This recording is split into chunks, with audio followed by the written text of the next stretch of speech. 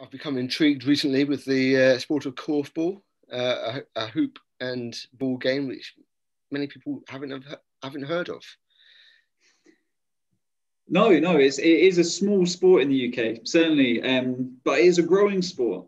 Certainly, in the time that I've been playing it, I've seen a huge growth of korfball, particularly in kind of universities.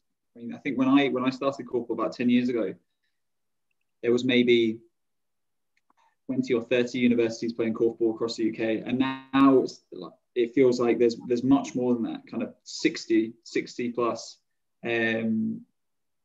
Potentially smaller clubs, but it's certainly spread, which is great. Can you tell us a bit about yourself, a bit about your sport? Yeah, so I picked up korfball when I was at university in Cardiff. I had played a lot of sport going into kind of leading up to university. I played quite a lot of hockey and rugby and basketball. And when I got there, I was sort of looking for something new. A friend mentioned korfball. I thought I'd give it a try. And I kind of approached it from a position of, I'll just turn up and have fun and see what it's like and see what these people are like. And you know what, I was just blown away by the people that played it. It was such a welcoming environment. It was so inclusive. And you'd kind of meet people playing korfball that probably weren't playing other sports, maybe didn't feel comfortable in other types of other competitive environments.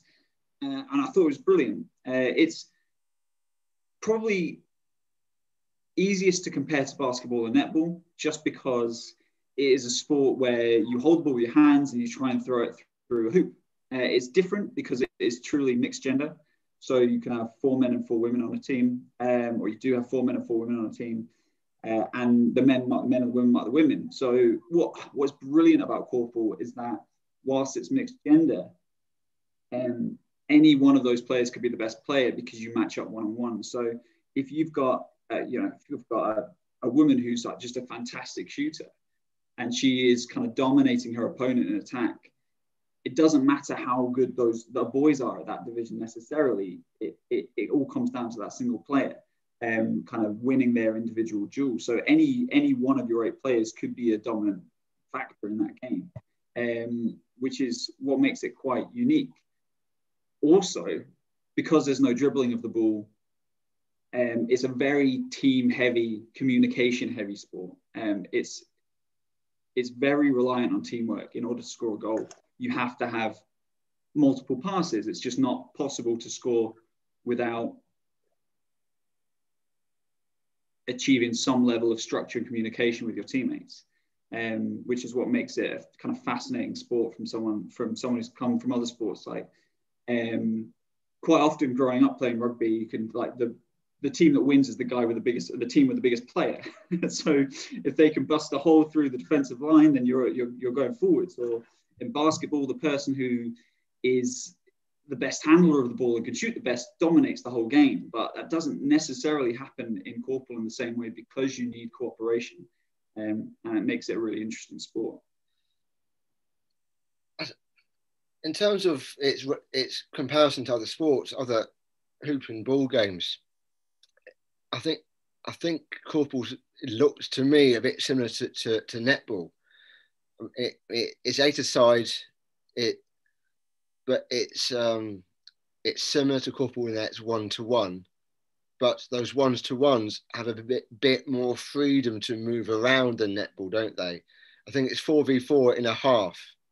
Yeah, so you have 2 kind of divisions or sections where you have 4 players in each half. And you're right in that it is like netball in that you can't dribble a ball. You have kind of most of the game is set on 1-to-1 matchups, but it's different from netball and more like basketball in the kind of range of movement, motion, and your creativity that is allowed, because you're not so heavily restricted within the kind of regions you can move in within your half. And the other thing that's different is that you have to both attack and defend. So you have to spend, and what happens every 2 goals, you switch ends and you go and defend if you've been in attack. And if you've been in defense, you go and attack. So you have to be able to do everything. You in defense, for example, you have to be able to defend multiple positions because you have to follow your attacker wherever they're going. whereas in attack, you're in control a little bit more of the motion.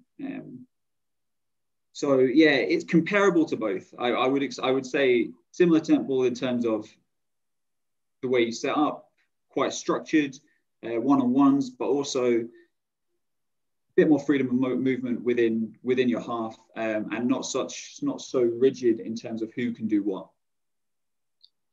I've watched netball games where a goal scorer is significantly taller than the goalkeeper, and because it is restricted to a 1v1 in a very tight area, it becomes quite one-sided. But I would imagine that isn't as much of a thing in korfball. So there is essentially the rule that is there to change that, to stop that from happening, is this rule called the defended rule. So in korfball, you can't shoot if your defender is between you and the post, like close enough to touch you and trying to block the ball. So even if you're 6'7" and you're holding the ball above your head and you just pop it up and in, if there is 5'8" person in front of you trying physically to grow up to block the ball and close enough to touch you, not the ball necessarily, you're not allowed to shoot. So the reason for that rule is to stop that exact scenario you're describing. You can still be very dominant in terms of rebounding the ball if you're much taller than everyone else, but it doesn't necessarily give you the same advantage in scoring as it would in netball or in basketball.